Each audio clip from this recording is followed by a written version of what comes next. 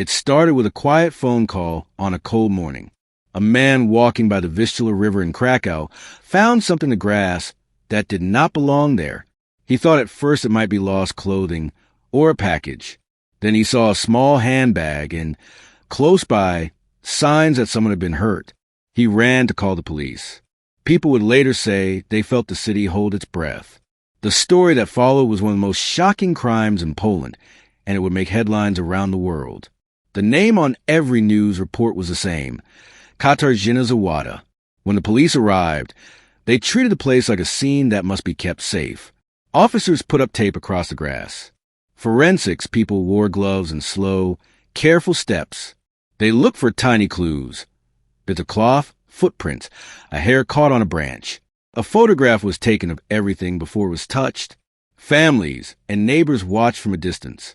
News vans with bright lights came.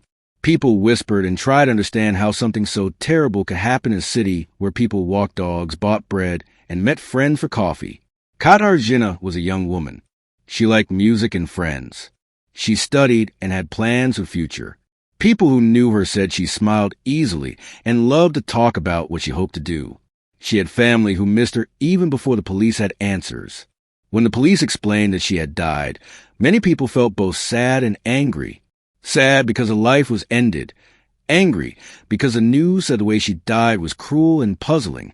The police promised to find out who had done it and why.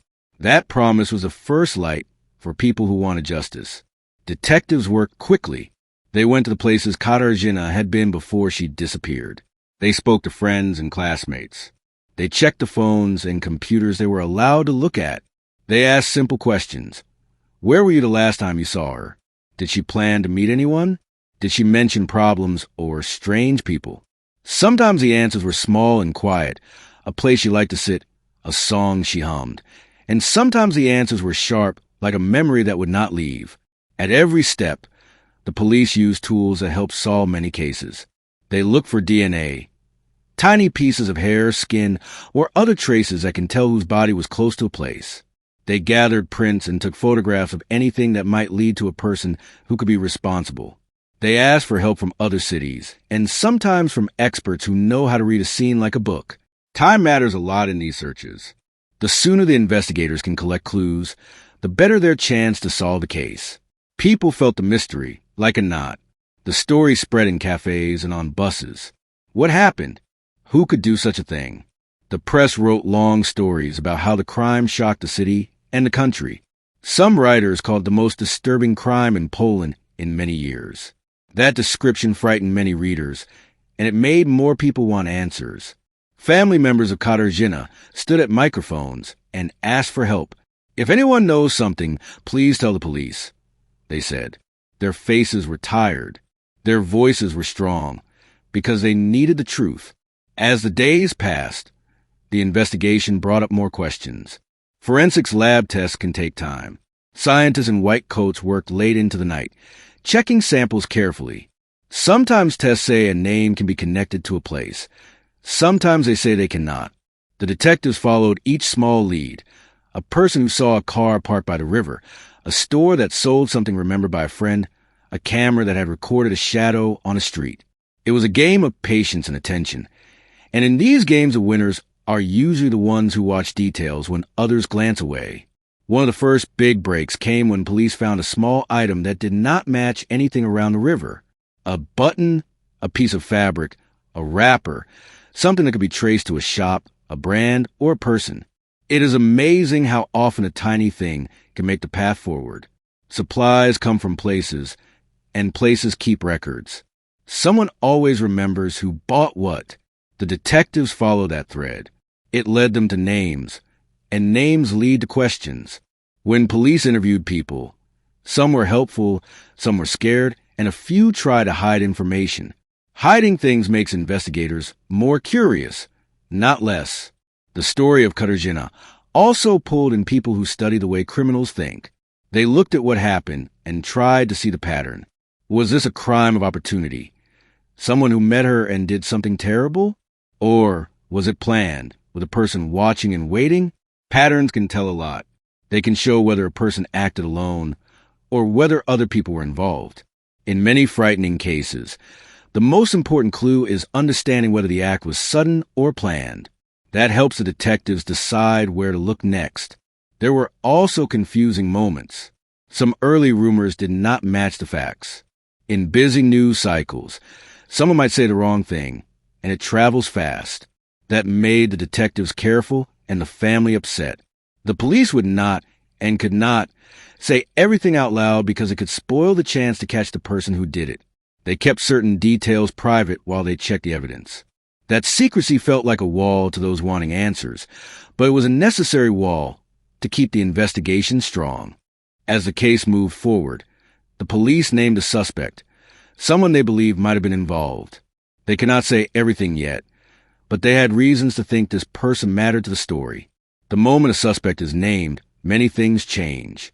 The person must be treated as innocent until courts say otherwise, and the detectives must show the judge solid proof. For the family, a name can feel like a small victory. For the city, it is a moment to watch and wait for the next steps. Around this time, a small group of officers worked through the night to gather more evidence. They searched a car in a small flat.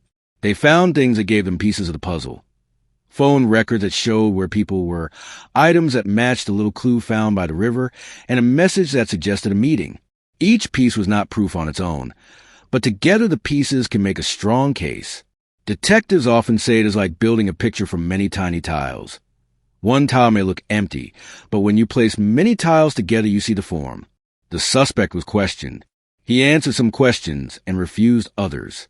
Lawyers said what they must say to protect the person. The public argued in newspapers and on television. Some people said the police had done the right thing. Others wanted more proof. That is how the law works. Claims have to be tested, and the courts sort truth from rumor. The family listened. They wanted the day when the truth would stand in front of them, like a clear window. And then came the evening when cameras caught the most surprising moment yet. Detectives opened a case file and found a name they had not expected. It was a name that tied to a past file in another town, a case that had been closed long ago. When they pulled the old records, the detectives saw a pattern that made them shiver, a small connection between two old days and this new one by the river. People who had seemed unimportant suddenly mattered. Old notes were read again with new eyes. That discovery is where this chapter pauses. The investigator sat in a room with papers spread across the table and a map of the city on the wall. Someone whispered, "If this is right, it changes everything." The telephone on the desk rang. A detective picked it up and listened, face growing serious as he read a line from the caller. He looked up at his partner and said only, "You need to see this." Outside, the city moved. Shops closed. A tram passed. A child on a bicycle rode by, without knowing how close the adults were to learning the next part of the story. Inside the station house, the detectives turned to a folder with new evidence and to a photograph that had not made sense before. The photograph showed a person in the background, a shadow near a bench, a face not noticed until now. The detective zoomed in on the image on his screen, and his mouth made a small circle. He whispered, "There, look, that's the second person." The chapter ends right as the detectives step out the door and into the cold night, lights blinking in their cars, moving toward an address where answers might be waiting. The question that hangs in the air is simple and terrible. When they knock on the door, what will they find?